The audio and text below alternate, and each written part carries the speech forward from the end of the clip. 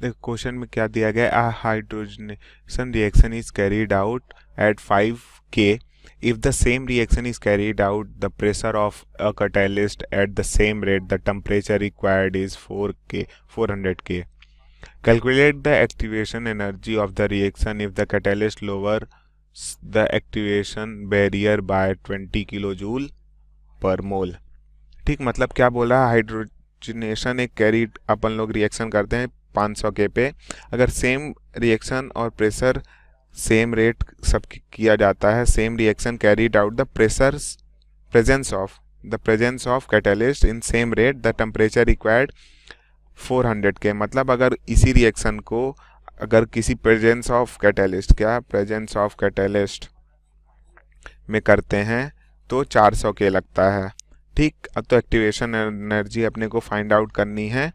जब the activation energy of the reaction if the catalyst lowers the activation barrier, अगर catalyst का activation barrier इतना दिया, इतने मोल दिया हो गया, तो देखो अपन लोग जानते हैं कि K इक्वल टू होता है A इंटू ई की power minus E A by R T. ठीक, या फिर हो जाता है log K equal to log A minus E A by 2.303 R T. तो अपन लोग लिखते हैं पहले वाले के लिए। ठीक, तो फर्स्ट वाले के लिए क्या हो जाएगा, लॉग के कब निकाल रहे हैं अपन लोग 500 केल्विन पे। ठीक, log A minus E A upon 2.303 R T 1। ठीक, और दूसरा जब लॉग के 800 पे 400 पे, सॉरी अपने को 400 दिया है ना, तो 400 पे जब निकालते हैं, देखो ये क्या दिया गया है, केल्विन दिया। ठीक, टेम्परेचर, तो 400 पे निकालेंगे तो क्या हो जाएगा, यहाँ से आ जाएगा लॉग ए माइनस ये 1 है, ये 2 है, ये 2 अपॉन 2.303 आर टी 2। तो देखो क्या गिवन दिया गया है कि जो 500 वाला है 500 केल्विन पे, ठीक, जो reaction the hydrogenation reaction carried out at 500 kelvin if the same reaction carried out in the presence of catalyst same rate at the same rate. ठीक, the temperature carried is 400 kelvin, तो same rate दी गई है। तो given that क्या है, given that K 500 equal to K 400। ठीक, यहाँ से देखो अपने को दिया गया है कि सेम रेट है दोनों का। ठीक, प्रेजेंस में यानी 500 केल्विन 400 केल्विन पे सेम रेट हो जाता है, क्योंकि एक प्रेजेंस ऑफ क्या है, कैटलिस्ट पे है। ठीक, तो यहाँ से क्या आ जाएगा, जब K दोनों का इक्वल हो गया तो यहाँ से अपने को मिल गया कि A E1 upon T1 equal to A E2 upon T2। ठीक, मतलब क्या हो गया कि A E1 upon 500 equal to EA2 upon 400। तो यहाँ से अपने को क्या मिल गया, यहाँ से अपने को मिल गया E1 बाई E2 की इक्वल E1 A E1 नहीं E A E1 और A E2 की वैल्यू क्या आ जाएगी 5/4। तो अपने को क्या पता चल गया यहाँ से, बाद की calculate the activation energy of the reaction catalyst lowers activation barrier is, इतना दिया था 20 किलो जूल पर। अपने को जो बैरियर यहाँ पे दिया गया है, बैरियर कितने का दिया है 20 किलो जूल पर मोल का। तो अपना आंसर आ जाएगा, अगर इवन के रिस्पेक्ट में लिखेंगे अपना आंसर तो अपना आंसर हो जाएगा, hence comparing we get, compare करेंगे तो A E1 आ जाएगा 5 गुणे 20 बराबर 100 किलो जूल पर मोल। ठीक, और EA2 अगर लिखेंगे तो ये आ जाएगा 4 into 20 equal to 80 kilo joule per mole. ठीक, डन, ये अपना आंसर आ गया। तो एक बार फिर से देख लेते हैं अपन ने इसको कैसे सॉल्व किया है। देखो यहाँ पे दिया गया है कि सेमी रिएक्शन को सिर्फ कैटलिस्ट का यूज करते हैं, सेम रेट पे टेम्परेचर कितना रहता है, टेम्परेचर बस चेंज रहता है। ठीक, तो मतलब क्या होगा, अगर रिएक्शन लिखेंगे आर जो है प्रोपोर्शनल होता है के, मतलब आर जो होता है रेट ऑफ रिएक्शन होता है, वो क्या होता है, रेट ऑफ रिएक्शन होता है आर इक्वल टू के इंटू ए की पावर एन। ठीक, तो सेम रिएक्शन है तो उसका सेम रेट है, मतलब सेम रेट लिखा है तो मतलब रेट सेम हो गई। ठीक, और सेमी क्या बोलते हैं उसका यूज़ करते हैं हम लोग, सेमी रिएक्टेंट का यूज़ करते हैं, बस उसमें एक में कैटालिस्ट रहता है एक में कैटालिस्ट नहीं रहता है, तो ये भी इक्वल हो गया, तो मतलब के कांस्टेंट कॉमन हो जाएगा, जिससे यहाँ पे अपन लोग ने दोनों को ये इक्वल कर लिया है, जिससे E1/E2 की वैल्यू अपने ने निकाल ली है अपन लोग ने। फिर उसके बाद यहाँ पे अपने पास 20 दिया गया था कि E1 बाई जो कैटेलिस्ट है, calculate the activation energy of the reactant of the reaction, तो E की वैल्यू अपने को कैलकुलेट करनी थी। Catalyst given by the barrier is 20 kilo joule है, एक्टिवेशन बैरियर दिया था, तो ये अपन लोग ने निकाला कि E1 by E A1 upon E A2 क्या है 5/4, तो बैरियर 20 था तो 20 इंटू 100 हो गया पहले वाले की, और 20 इंटू 4 हो गया बाद वाले की। मतलब जब कैटेलिस्ट यूज करते हैं तो 80 लगता है, और जब कैटेलिस्ट यूज नहीं करते हैं तो 100 लगता है। Done. The rate constant of a reaction is 1.5 into 10 के power per second at 15 degree Celsius and for 4.5 into 10 के power 7 per second at 100 degree Celsius. Evaluate the Arrhenius parameters A and activation energy. Okay, rate constant दिया है, temperature 50 degree Celsius पे है, 1.5 into 10 के power 7 पर second, और temperature दिया है आपका 100 डिग्री सेल्सियस पे 4.5 इंटू 10 के पावर पर सेकेंड। तो हमें क्या कैलकुलेट करना है, हमें पैरामीटर अरेनियस पैरामीटर और एक्टिवेशन एनर्जी को इवोल्यूएट करना है। ठीक है, तो हमें पता है कि जो अरेनियस इक्वेशन होती है वो होती है के इक्वल्स टू ए ई की power minus A by R T. ठीक है, ये होती है हमारी अरेनियस इक्वेशन, जहाँ पे के क्या होता है आपका रेट कांस्टेंट होता है, ई आपका अरेनियस पैरामीटर होता है, ये जो होती है एक्टिवेशन एनर्जी होती है, आर गैस कांस्टेंट होता है, और टी टेम्परेचर होता है। ठीक है, इसको लिख सकते हैं हम L N K equals to L N A minus E A by R T. ठीक है, इसको अगर हम L N K logarithmic function में लिखे तो ठीक है, तो यहाँ पे ही हो गई। अगर मैं इसको लिखूँ, मान लो कि आपके टेम्परेचर T1 पे जो के होगा क्या K1 होगा, टेम्परेचर T2 पे जो के होगा क्या होगा K2 होगा। अगर इसको इस फॉर्म में लिखे तो लिख सकते हैं हम L N that is L N K2 equals to L N A minus E A by R T two. Okay, similarly अगर K1 के टर्म्स में लिखे तो L N A minus E A by R T one. ठीक है, दोनों को subtract करते हैं तो हो जाएगा L N K two minus L N K one, L N A minus L N B का होता है L N A by B, ये हो जाएगा आपका L N K two divide by K one.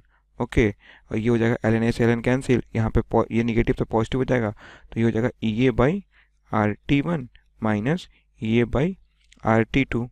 Okay, इसको फिर फर्दर सॉल्व करोगे तो हो जाएगा आपका ये L N that is K two by K one equals to E A by R, ये by R 1/T1 minus 1/T1 minus 1/T2।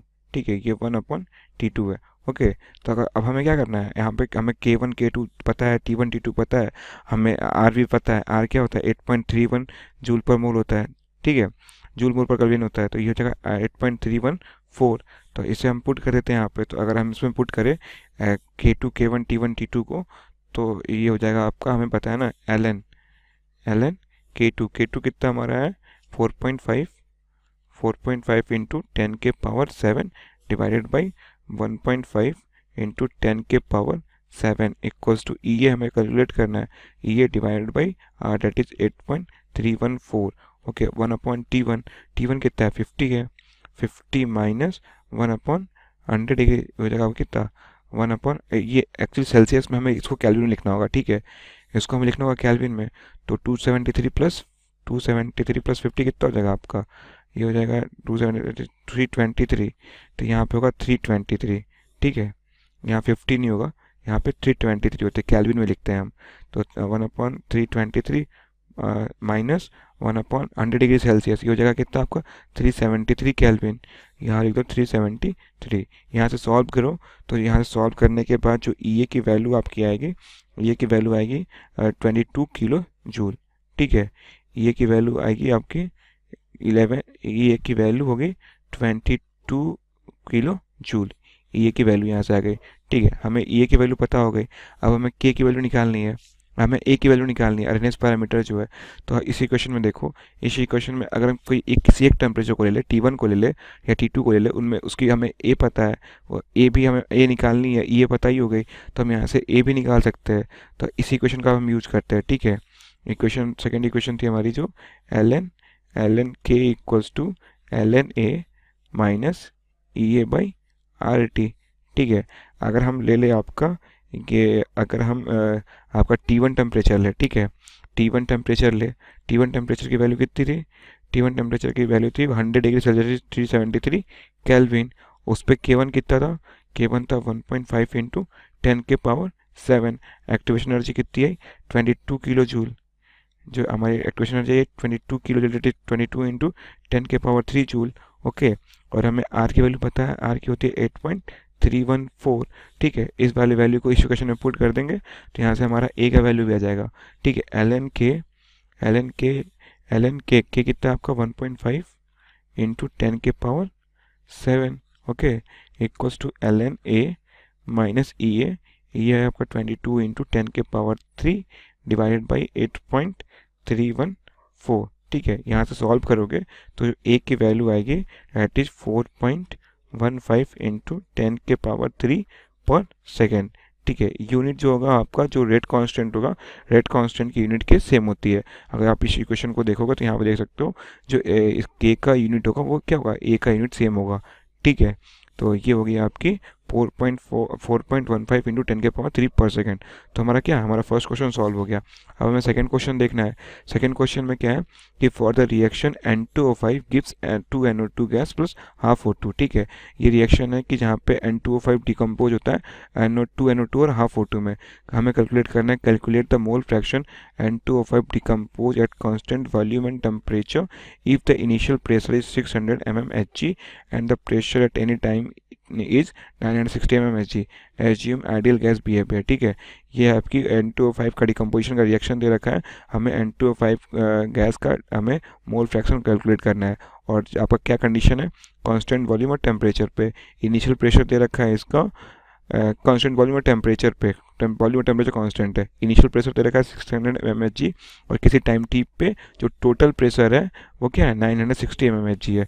ठीक है, इसको लिखते हैं हम यहाँ पे, जो हमारी दे रखा है उन्होंने डिकम्पोजिशन रिएक्शन। डिकम्पोजिशन है आपका कि N2O5 जो गैस है, ये सेकेंड रिएक्शन, सेकेंड क्वेश्चन का सोल्यूशन है। ठीक है, ये डिकम्पोज होता है आपका 2NO2 गैस में, 2NO2 gas plus half O2 gas में डिकम्पोज होता है। ठीक है, तो किसी टाइम t इक्वल्स टू 0 पे, टाइम t इक्वल्स टू 0 पे जो इसकी टोटल प्रेशर दे रखी है, टोटल प्रेशर आपकी है 600 mmHg। टोटल प्रेशर 600 mmHg है, तो ये 600 mmHg किसका होगा, वो इसी की वजह से बस होगा, तो 600 mmHg हो गया। ठीक है, और किसी टाइम t पे, किसी टाइम टी पे कुछ इसके क्या होंगे, कुछ इसके डिकम्पोज हुए होंगे, इसकी वजह से कुछ प्रेशर घटा होगा, तो ये 600 माइनस पी हो जाएगा। इसको कुछ प्रेशर मिला होगा, ये 2p हो जाएगा, और इसकी वजह से क्या हो जाएगा 1/2p होगा। ठीक है, इनिशियली जब इसका कुछ प्रेशर होगा तो इस पर कोई प्रेशर नहीं होगा। ठीक है, अगर हम देखें किसी टाइम टी पे टोटल प्रेशर, टाइम टी पे अगर हम टोटल प्रेशर देखें तो कितना हो जाएगा आपका 600 minus P plus 2p plus half P. ठीक है, इसको आप कैलकुलेट करो। और टोटल प्रेशर कितना दे रखा था किसी टाइम टी पे, किसी टाइम टी पे टोटल प्रेशर था आपका 960 mmHg टोटल प्रेशर है। ठीक है, तो यहाँ लिख दिया मैंने 960 equals to 600 minus P plus 2p की minus P. Okay, minus P plus 2p that is p, और p plus 1/2p that is 3/2p। ठीक है, 3/2p। इसको सॉल्व किया कितना गया 360, 3/2p इक्वल्स टू 360। तो यहाँ से हो जाएगा आपका p की जो वैल्यू हो गई that is 120, that is 240। p की वैल्यू हो गई 240 mmHg। ओके, जो p की वैल्यू हो गई 240 mmHg हो गई। अब हमें क्या निकालना है, मोल फ्रैक्शन निकालना है। हमें मोल फ्रैक्शन निकालना, तो मोल फ्रैक्शन में पता है, मोल फ्रैक्शन जो होता है, mole fraction is equals to relative lowering of vapour pressure. ठीक है, मोल फ्रैक्शन एक कोलिगेटिव प्रॉपर्टी होती है सॉल्यूशन की, mole fraction is equals to relative lowering of vapour pressure. ठीक है, relative lowering of vapour pressure. Okay, relative lowering of vapour pressure, ठीक है।